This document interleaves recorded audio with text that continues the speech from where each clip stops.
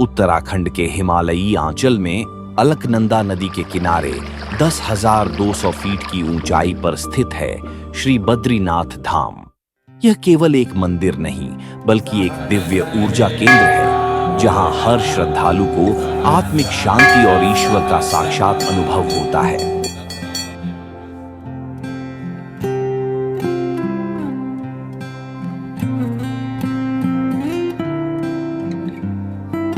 बद्रीनाथ भगवान विष्णु का एक प्रमुख धाम है और यह 4 धामों बद्रीनाथ, द्वारका, पुरी और रामेश्वरम में से एक है। साथ ही यह हिंदुओं के छोटे 4 धाम केदारनाथ, बद्रीनाथ, गंगोत्री और यमुनोत्री का हिस्सा भी है।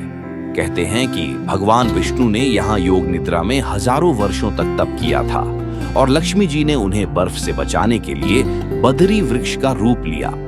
तभी से यह स्थान बद्रीनाथ कहलाया, बदरी का नाथ यानी बदरीवन के स्वामी।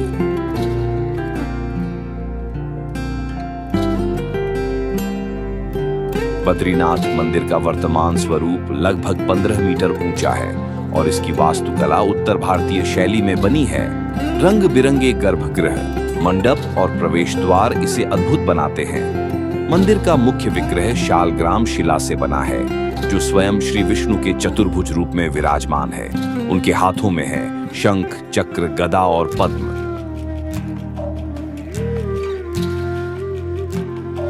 यह वही तपोभूमि है जहां आदि शंकराचार्य ने पुनः मूर्ति की स्थापना की और सनातन धर्म को एक नई दिशा दी। यहाँ नारद, नारायण, उद्धव, नर, व्यास जैसे ऋषियों का भी गहरा संबंध है। पास ही स्थित है व्यास गुफा, जहां महर्षि व्यास ने महाभारत की रचना की थी और गणेश जी ने उसे लिखा था।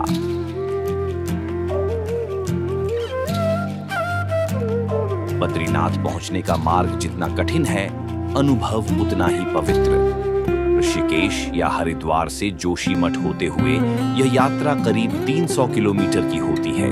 रास्ते में आपको देवप्रयाग, रुद्रप्रयाग, कर्णप्रयाग, नंदप्रयाग और विष्णु प्रयाग जैसे पवित्र संगम मिलते हैं।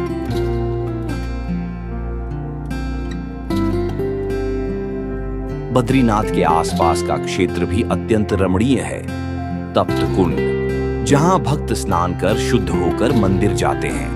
नारद कुंड, ब्रह्मकपाल, माना गांव, भारत का अंतिम गांव, वसुधारा जलप्रपात, नीलकंठ पर्वत और सतोपंथ ताल, ये सभी स्थलों पर प्रकृति और आध्यात्म का अद्भुत संगम देखने को मिलता है।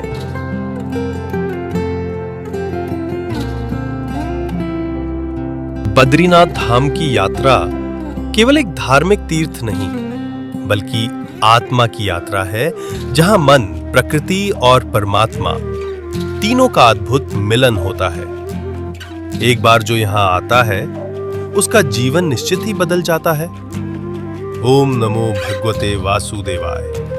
इसी मंत्र के साथ आइए चले बद्रीनाथ की ओर, जहां ईश्वर स्वयं प्रतीक्षा में है, अपनी बाहें फैलाए।